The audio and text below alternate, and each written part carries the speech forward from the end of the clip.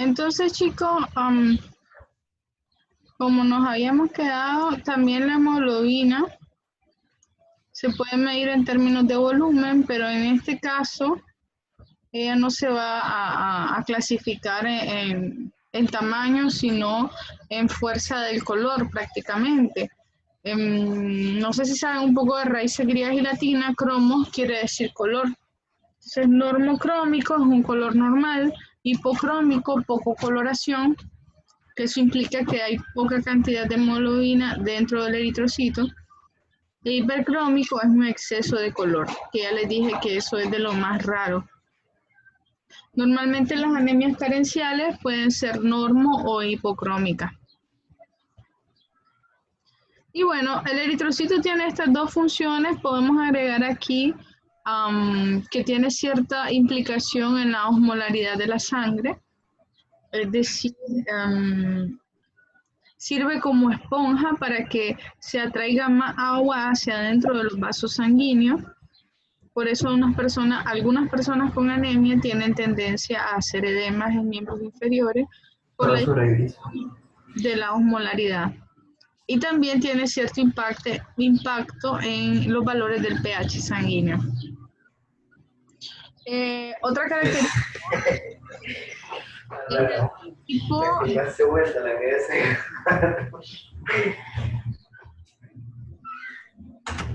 desactivar el micrófono.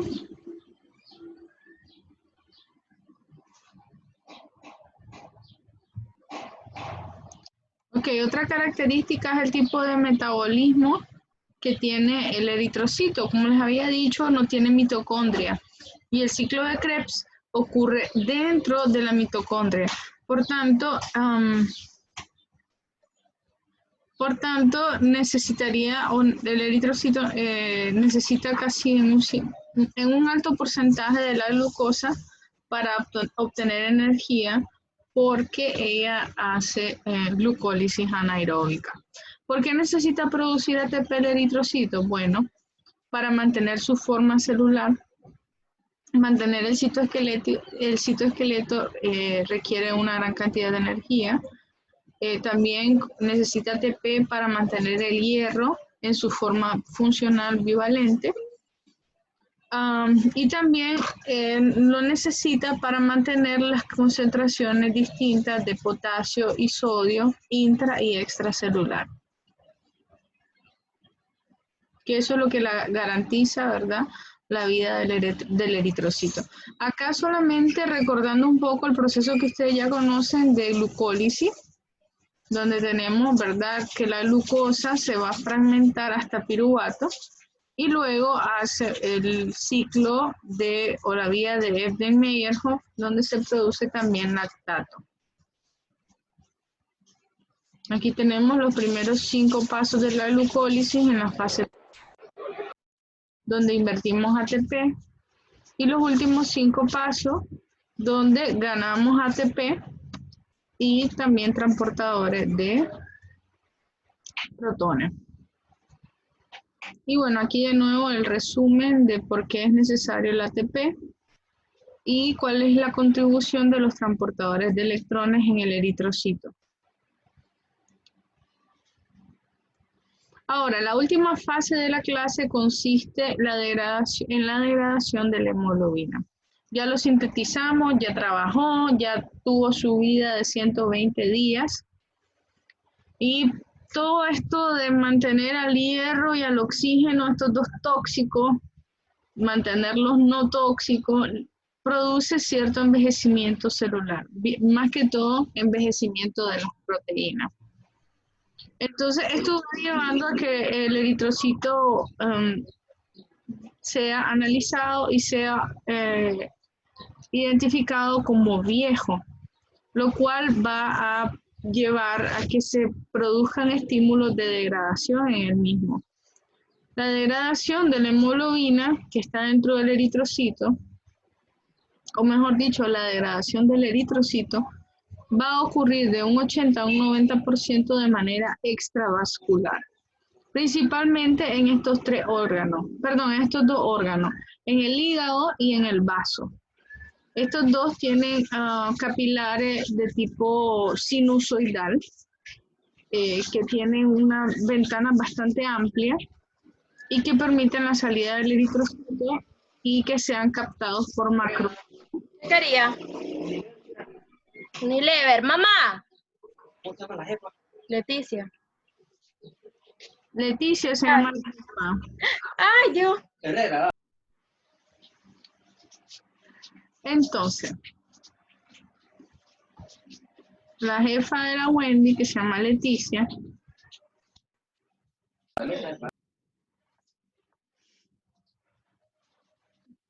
ya, para que tengan cuidado con los micrófonos, porque yo me voy a bajar en ustedes cada vez que hagan eso.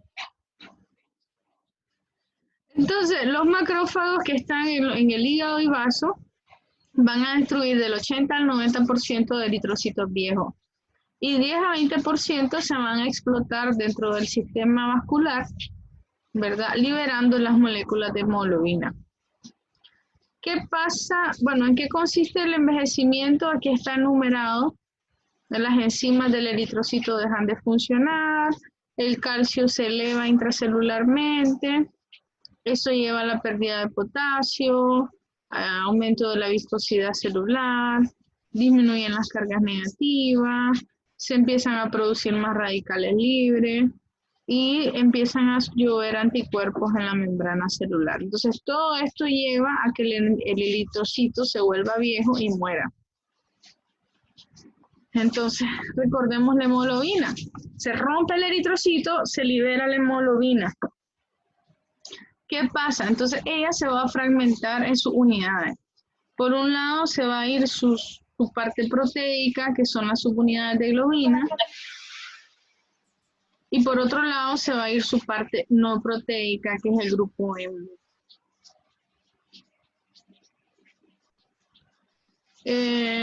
Bueno, lo que es el hierro dentro del grupo hemo, al ser tóxico, no debería ponerse en contacto con el agua.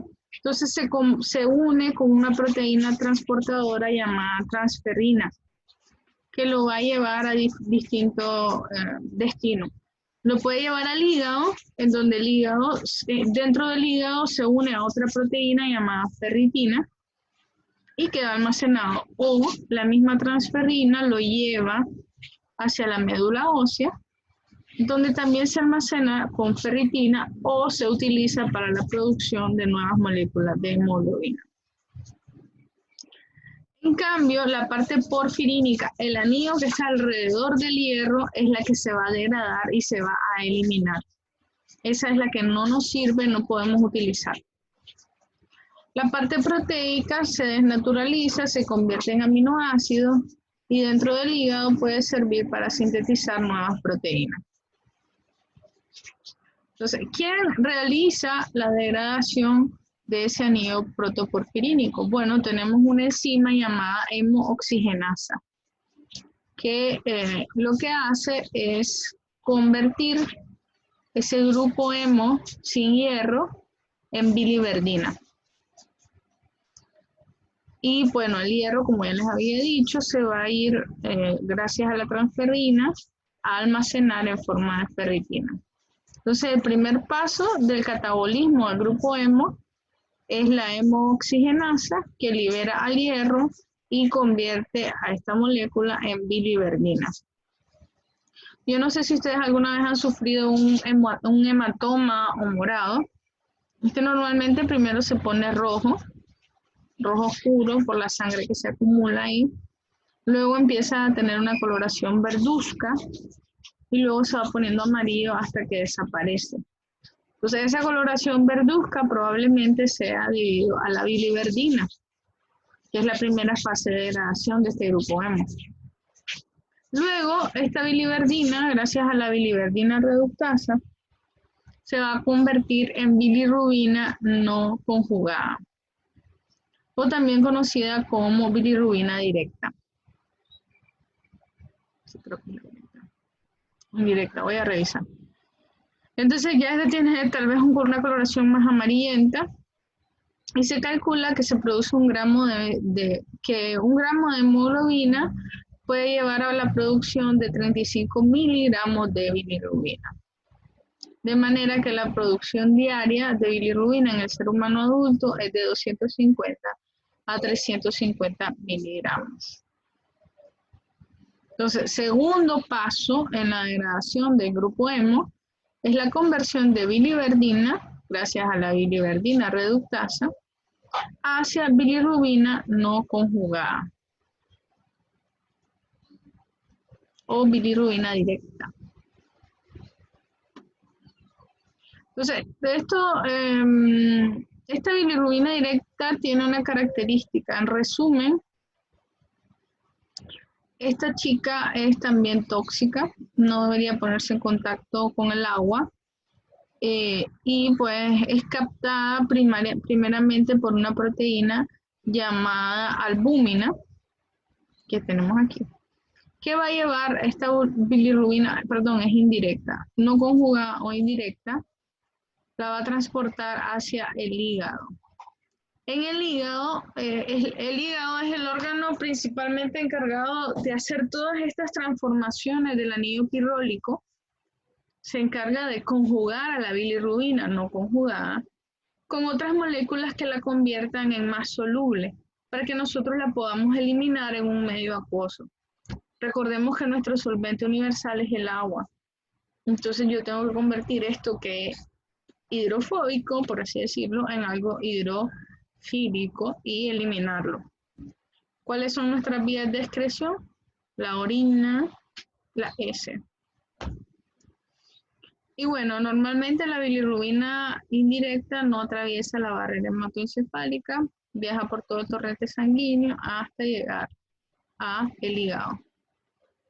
En el hígado ella no va a entrar como Pedro por su casa, tiene que ser captada por las células hepáticas a través de receptores especializados para ser transportada directo al retículo endoplásmico.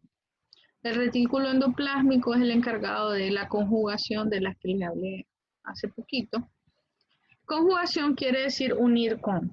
Entonces la bilirrubina indirecta se une con el ácido glucurónico y con algunos sulfatos para formar sulfato de bilirrubina. Y estas dos moléculas, ¿verdad?, son las que les hablaba que son solubles en agua. Esta bilirrubina conjugada o directa va a formar parte de una secreción tal vez conocida como ustedes llamada bilis. La bilirrubina es un componente de la bilis. El otro componente de la bilis son las sales biliares que estudiamos en la degradación del colesterol.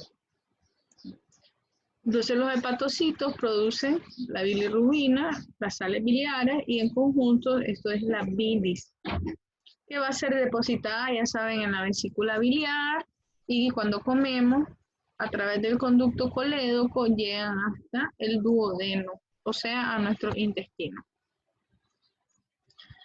Ustedes han visto los niños que nacen amarillitos. La mayoría de los niños se ponen un poco amarillos al nacer.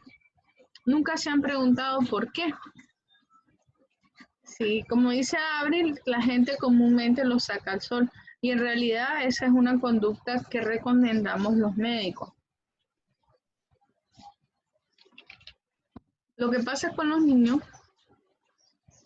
es que su hígado, bueno, ellos tienen que hacer hemólisis de los eritrocitos que recibieron de la mamá al momento de nacer. Ustedes saben que ellos se unen a la mamá por el cordón umbilical y cuando nacen, a través de ese cordón reciben una última puñada de eritrocitos. Entonces, en los primeros días de vida, esos eritrocitos son destruidos en su vaso, en su hígado y producen bilirrubina no conjugada. El problema es que en esa etapa los niños no tienen suficiente enzima para convertir la bilirrubina no conjugada en conjugada. Y entonces esta obviamente se va a almacenar en la sangre del bebé, tornando su piel amarilla y sus mucosas amarillas. El hecho de exponerlos al sol incrementa la cantidad de vitamina D e incrementa la producción de esta enzima para que el hígado tenga la mayor capacidad de conjugación de la bilirrubina indirecta y que el niño pueda, por así decirlo, depurarse de una manera más rápida. Sin embargo, existen algunos niños que tienen el trastorno genético de deficiencia, ya sea en la captación de los receptores para bilirrubina no conjugada o en la enzima de conjugación. Que esos son el síndrome de Gilbert y los síndromes de Crigler-Najjar. Entonces, obviamente, los bebés con estas patologías van a tener ictericia o niveles de bilirrubina demasiado altos. Y el problema es que la bilirrubina indirecta se puede acumular tanto en sangre que se va a depositar directamente al tejido cerebral y eso puede conllevar a daño neurológico en el bebé. Pero pues gracias a Dios es una enfermedad bastante rara. Y pues eso ellos no lo van a curar solo con sol, que necesita otras terapias. Bueno, como les decía, incubación. Bueno, hasta cierto punto los ponen en unas cámaras donde les ponen directamente rayos ultravioleta. No sé si los han visto, que les ponen unas luces blancas y les tapan los ojitos para acelerar el proceso de depuración de la bilirrubina. Pero algunos niños necesitan incluso que le hagan exsanguinotransfusión, que es más o menos que sacan su sangre y la limpian en una máquina, después se la vuelven a meter. Pero obviamente eso pues conlleva muchos riesgos en el bebé. Y bueno, al final, como ya les había dicho, esto es un resumen. Los eritrocitos son lisados, hacen hemólisis en el sistema fagocítico mononuclear. Luego sufren los pasos de conversión a biliverdina y bilirrubina no conjugada. Esta se transporta a través de la albúmina hacia el hígado, donde sufre su conjugación y produce bilirrubina conjugada, que va a ser transportada a través de los conductos biliares hacia el intestino. Ahora, dentro del intestino tenemos bacterias que pueden convertir o degradar más esta bilirrubina conjugada y convertirla en estercobilina. La estercobilina es lo que le da color verde a las heces. Algunos recién nacidos carecen de las bacterias que producen la estercobilina, por eso los bebés al comienzo tienen una caca como blanca. Después se va poniendo amarillita y por último se pone ya color caca, ¿verdad? Y bueno, cierto porcentaje de la bilirrubina conjugada se convierte en urobilina y es transportada por el torrente sanguíneo hasta los riñones, en donde esta también le da la coloración como amarillenta oscura a la orina. Por eso, si ustedes tienen enfermedades en las cuales se bloquea el paso, ¿verdad?, de la bilirrubina al intestino, como por ejemplo en los cálculos biliares, las personas pueden experimentar heces blancas u orina muy oscura. Ahora, la bilirrubina puede también reabsorberse mediante algo llamado la circulación enterohepática. Recordemos que el ser humano tiene un tipo especial de vascularización llamado el sistema portal. El sistema portal son unas venas que, a pesar de que traen sangre desoxigenada, también traen muchos nutrientes procedentes del intestino. Todo lo que absorbe el intestino se absorbe a través de esta vasculatura y se transporta directamente al hígado. Entonces,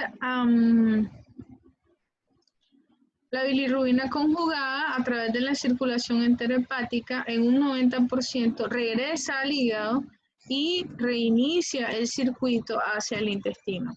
¿Por qué hace eso? No sé, pero así ocurre y lo tenemos que aprender.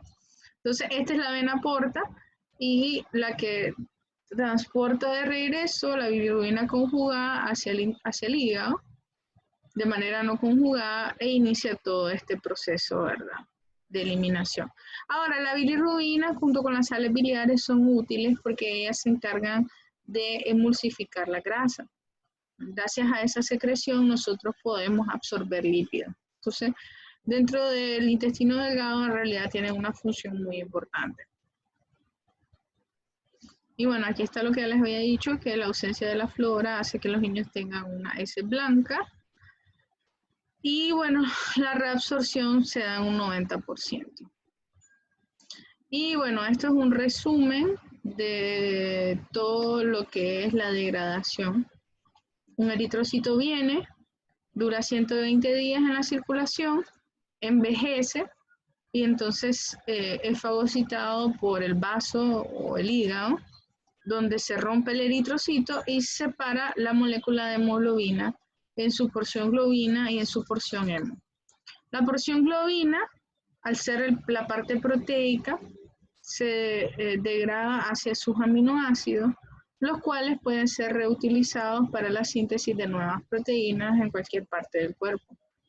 En cambio, el grupo hemo, gracias a la hemoxigenasa, libera su hierro y lo transporta gracias a la proteína transferrina hacia el hígado, donde lo almacena en forma de ferritina.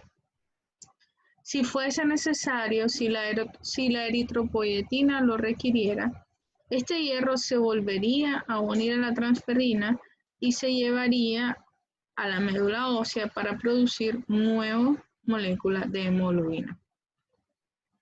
Pero pues él se reutiliza, no se excreta, tampoco la porción globina. Lo único que se excreta es el anillo protoporfirínico. Este se convierte inicialmente en biliverdina, que luego va a producir bilirrubina no conjugada. Esta es tóxica, por lo tanto se une a la albúmina y llega al hígado para ser conjugada, producir bilirrubina conjugada y ser excretada a través de las vías biliares hacia el intestino delgado.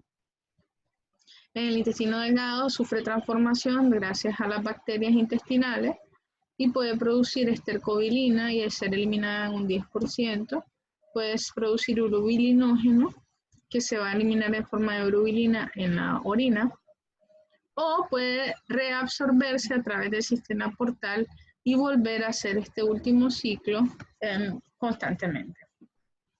Y pues eso es todo con respecto a lo que es la degradación de la hemoglobina. Aquí tienen alguna guía acerca de lo que son los valores normales de los distintos parámetros sanguíneos. Aquí tenemos la cantidad de células rojas o eritrocitos. Vamos a obviar para esta clase lo que son las leucocitos o células blancas y las plaquetas. Pero acá tenemos lo que son los valores normales para la hemoglobina corpuscular media y el volumen corpuscular medio de los eritrocitos. Que esto nos permite catalogar las anemias en macrocítica o microcítica, o hipocrómica o normocrómica. Y también existen valores normales para la bilirrubina. Se dice que la bilirrubina total es la suma de la bilirrubina directa más la indirecta, que ambas se pueden medir en sangre. Y pues aquí están otros parámetros que normalmente se estudian para ver la función renal, como son la albúmina, el AST, ALT, la fosfatasa alcalina y el TPT. Bueno, esta práctica la vamos a dejar para otra ocasión. Ahorita lo que vamos a hacer es reorganizar los grupos. Necesito que en el chat me escriban los nombres de los integrantes de cada grupo, pero en esta ocasión quiero que los grupos estén conformados solamente por 4 personas. Si tienen 5, bueno, a alguien sacrifican y que esa persona se junte a otro grupo donde vayan solo 3. Pero necesito 4 grupos de 4 personas.